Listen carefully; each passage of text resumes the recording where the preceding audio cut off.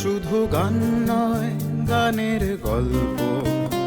সে ডানা মেলে উড়ে যায় অল্প অল্প একদিন, প্রতিদিন একদিন প্রতিদিন।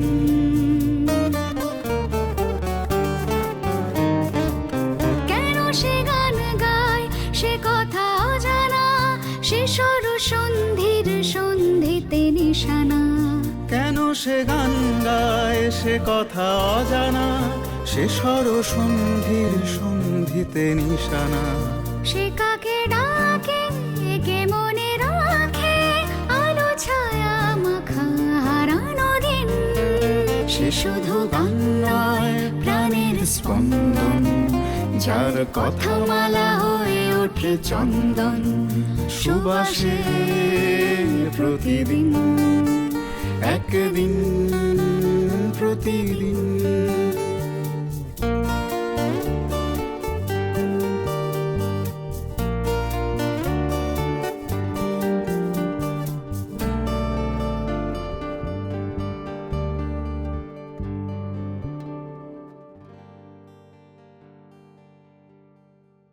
কিন্তু কি অপূর্ব যে ওই যে প্রচন্ড শ্রম সেটাকে ভুলে যাচ্ছে ওই সেটাকে লাঘব করার জন্য একটা মানে সার্কাস্টিক্স বা একটা স্যাটায়ারের মধ্যে দিয়ে স্যাটায়ারের মধ্যে দিয়ে lyrics সেটাকে টা চলছে, কাটাচ্ছে, যাতে তার। পরিশ্রমটা লাঘব হয়। এই সঙ্গীত কি অসম্ভব পাওয়ারফুল একটা একদম সমস্ত জায়গায়। বস্তু। তখন দেখবে যে আমাদের কান্নার মধ্যেও সঙ্গীত আছে, তার মধ্যে পাঁচ পাঁচের ছন্দ আছে, জানো তো? ধরো মিমিক্রি হয়ে যাবে, কিন্তু তোমাকে দেখানোর জন্য মিউজিক তো মানে সমস্ত সময় জড়িয়ে থাকে। মিমিক্রিও তো একটা অঙ্গই আমাদের হ্যাঁ, জীবনের।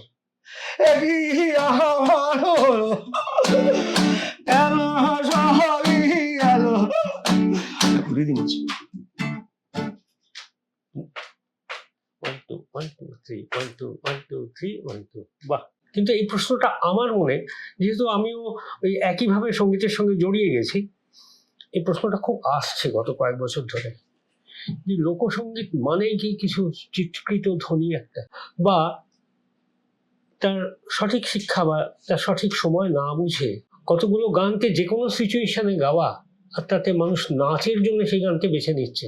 সবসময় দেখবে যে তুমি যেটা প্রশ্ন করেছিলে যে লোকসঙ্গীত মানেই যেন খুব উপরে একেবারে চেঁচিয়ে মেচিয়ে গান, একেবারে মানে উচ্চকিত একেবারে ব্যাপার।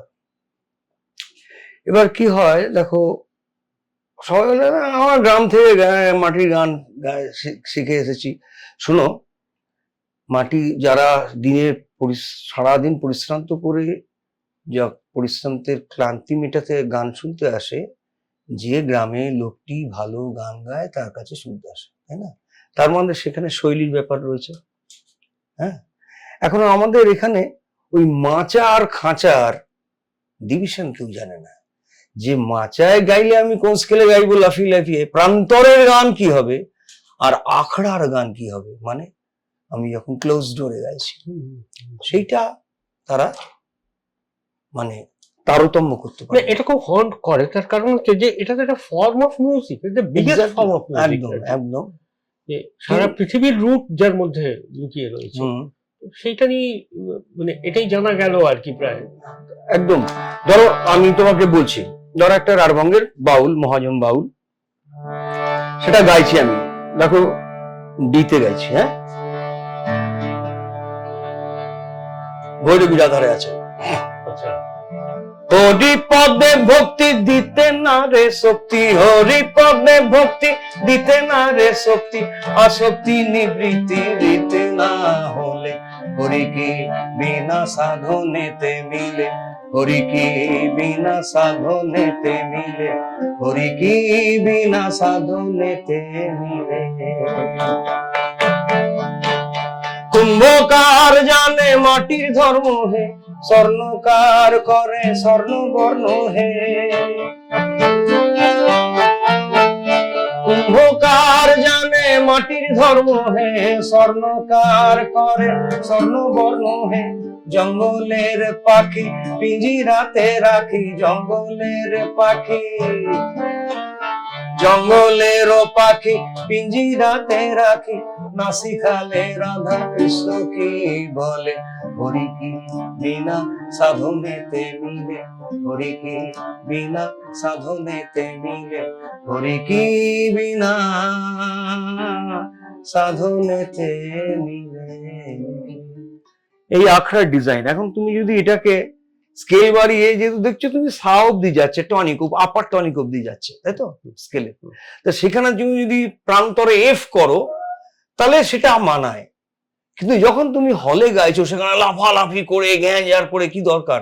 তা গানের মূল যে আখর, যে বাণী, সেটাই যাবে হারিয়ে, অর্নামেন্টেশনটাই প্রায়োরিটি পাবে, আর ওই চিৎকার এ হবে, সেখান থেকে কিছু আউটকাম হবে না, বেরিয়ে আসবে না। মানে তোমাকে যে লিরিক্যালি যে পেনিট্রেট করা কিছু, সেটা কিছু হবে। যেমন ধরো লালন ফকিরের গান মাঠে প্রান্তরে গান গাওয়া হয়, যখন আখড়াতে গান গাওয়া হবে তখন দেখা যাবে এই স্কেলেই গাইছে, কত উপরে যাচ্ছে, তোমার মনে হবে না সেখানে ক্লোজ ডোরের। সেটা হচ্ছে যে আমি তোমাকে আগে বললাম যে শৈলী, যে আমি কতখানি কি করব, কতখানি আমি কন্ট্রোল করব। তোমাকে আমি রিবেলা ফ্রন্টেরও ক্লোজ ডোর, যে ডেল কার্নেগি হলের গান আছে, আমি তোমাকে রেফারেন্স দেবো, দেখো।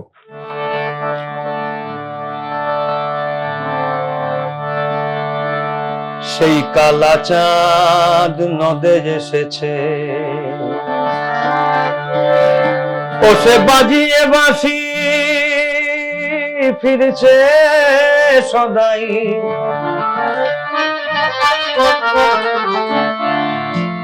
ও সে বাজিয়ে বাঁশি ফিরছে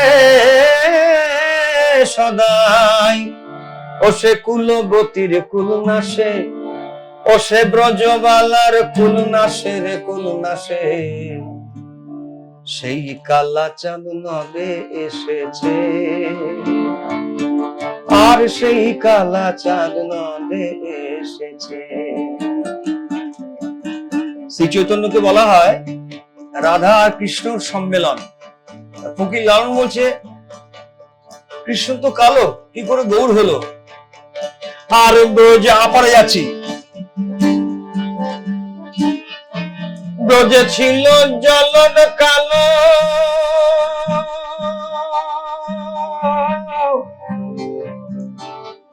প্রেম সাধন গৌর হলো। এটাই হচ্ছে শব্দ প্রক্ষেপণ। আমি কিন্তু অনেক উপরে গাইছি। ব্রজে ছিল জলদ কালো, প্রেম সাধনে গৌর হলো। ফকির লালন বলে চিহ্ন কেবল, ফকির লালন বলে চিহ্ন কেবল, দুই নয়ন বাঁকায় আছে তার, দুই নয়ন বাঁকায় আছে। সেই কালা চাঁদ, সেই কালা চাঁদ নদে এসেছে, সেই কালা চাঁদ নদে এসেছে। গান গানটি গান গানটি গানটি গান গানটি। এবার হাফ টোন, সেটা যদি করা যায়, হাফ ভয়েস, যেমন ধরো আমাদের হচ্ছে একটা হচ্ছে বাস, তারপর বারিটোন, তারপর মিডিও অক্টেভ, তারপর টেনর, সোপ্রানো, এগুলো, তাই তো? দেখবো জন্য যখন কোয়ার সং হয় তার ডিভিশন হয়। স্প্যানিশ গান শোনাচ্ছি আমি, দেখো একেবারে ডি এর উপরের পঞ্চমী টাচ করবো, কিন্তু হাফে টাচ করবো। 1, 2, 4. Vamos al baile de raza que bonito, donde se alumbran con 20 linternas. Vamos al baile de raza que bonito, donde se alumbran con 20 linternas. Quéreme, quéreme, quéreme, quéreme, quéreme, quéreme, quéreme, quéreme, quéreme, quéreme, quéreme, quéreme.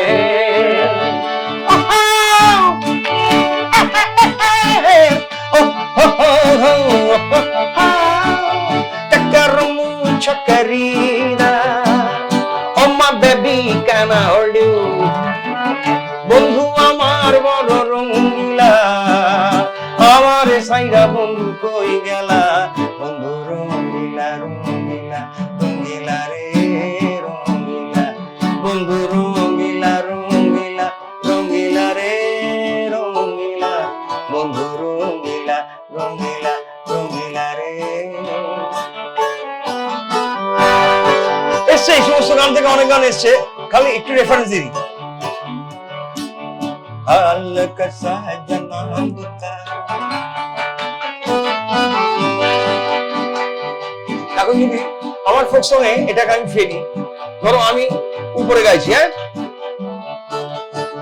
আজ কান বন্ধু বিহনে মন যে আমার উড়ান বাইরং করে প্রাণ বন্ধুর কারণে বিভাগী হব হে আমি বন্ধুর কারণে বিভাগী হব হে ও বন্ধু জ্বালাইয়া গেলা কেন নিভাইলা না বন্ধু জ্বালাইয়া গেলা কেন নিভাইলা না কান বন্ধু বিহনে মন যে আমার কেমন কেমন করে বন্ধুরে আমারে সারিয়া বন্ধু কই গেল রে তাকারুম চকরিলা ও মা বেবি কানা হলি তাকারুম চকরিলা ও my darling I love you বন্ধু আমার বড় রঙ্গিলা আমার সাইদা বন্ধু কই গেলা বন্ধু রঙ্গিলা রঙ্গিলা রঙ্গিলা রে তো ক্লোজ ডোর গাইলাম উপরের পঞ্চম ছাড়িয়ে গেছি কিন্তু আমি কিন্তু কোথাও এতটুকু জার্ক লাগলো না কিন্তু কি পেলব একটা ব্যাপার ও তো ও ও যারা গান অদ্ভুত একটা আমি ব্যাপার। বললাম যে ওই সড়ক ক্ষেপণ এটা এটাও একটা ট্রেনিং পার্ট ট্রেনিং এটাও একটা অনুশীলন না এটা এটা এটা যেমন মানে আমি ইন্টারাপ্ট করলাম যে আমার শুনছি আর সমানে মনে হচ্ছে এটা তো আমি ইন্টারভিউ করছি না আমি শিখছি ক্রমাগত শিখছি যে কতটা রাস্তা একটা সঙ্গীতের সঙ্গে লুকোচুরি খেললে এই ছোটবেলার মতো তার হাত ধরে হাঁটলে পড়ে গেলে আঘাত খেলে আবার উঠে দাঁড়ানো আবার উঠে ছাড়িয়ে উঠে দাঁড়ানো দাঁড়ানো যে সঙ্গীতই একটা সত্তা হয়ে দাঁড়িয়েছে তোমার নিশ্চয় একেবারে অঙ্গাঙ্গি ভাবে এই সত্তা না হলে স্পন্টেনিয়াস এটা আসতে পারে না মানে একটা লোকশিল্পীর বোধহয় এটাই সব থেকে বড় তার সম্পদ এবং গুণ আমার যেটা মনে হয় আমার খুব খুব সীমিত জ্ঞানে যতটুকু মনে হচ্ছে যে এটাই একটা অদ্ভুত সম্পদ বাকিটা ভীষণভাবে বহিরাঙ্গ এবং তার বিজ্ঞাপন হ্যাঁ এটা ভালো কথা বলেছো আমি বিজ্ঞাপিত হতে চাই না তাহলে আমি যে চর্চা করি যে বিষয়ের চর্চা করি লোকগান সেটা তো মাটির সঙ্গে সম্পৃক্ত থাকে সেটা হারিয়ে যাবে